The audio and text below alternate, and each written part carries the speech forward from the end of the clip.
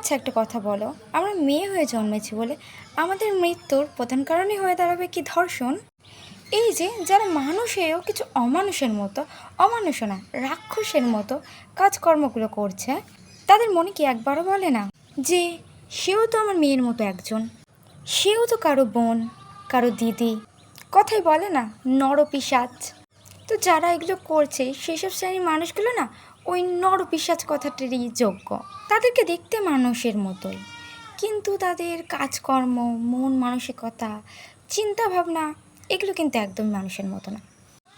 আচ্ছা, নিজের ঘরেও তো তাদের মেয়ে আছে, তো তাদের সাথে যদি এগুলো হয় তখন তারা কি করবে? নিজের ঘরেও তো একটা বোন আছে, এই কাজটা যদি তার বোনের সাথে হয় তখন সে কি করবে? ও, তখন সেটা নিজের মেয়ে, নিজের বোন, আর অন্যের মেয়ে অন্যের বোনটা কিছুই না। আর অন্যের মেয়েটা অন্যের বোনটা আপনার ধর্ষণের প্রাপ্য। আবার তো কিছু মানুষ বলে মেয়েরা নাকি নিজেদের বিপদ নিজে ডেকে আনে, মেয়েরা নাকি ছেলেদেরকে ইচ্ছা করে আকৃষ্ট করে।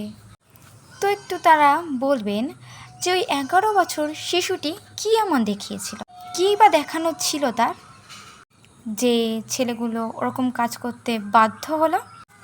মেয়ে হয়ে জন্মেছি বলে পুরুষরা আমাদেরকে খুব কমজোরি ভাবে। তারা শুধু এটাই ভাবে আমরা রাস্তাঘাটে ধর্ষণী হওয়ার যোগ্য। তো তারা জানে না যে আমরাও নারী, আমরাও চাইলে কিছু করে দেখাতে পারি। তাই আবারও বলছি, নিজেদের মন মানসিকতা, ভাবনা চিন্তাগুলো একটু বদলান, মানুষকে মানুষের মতো বাঁচতে দিন।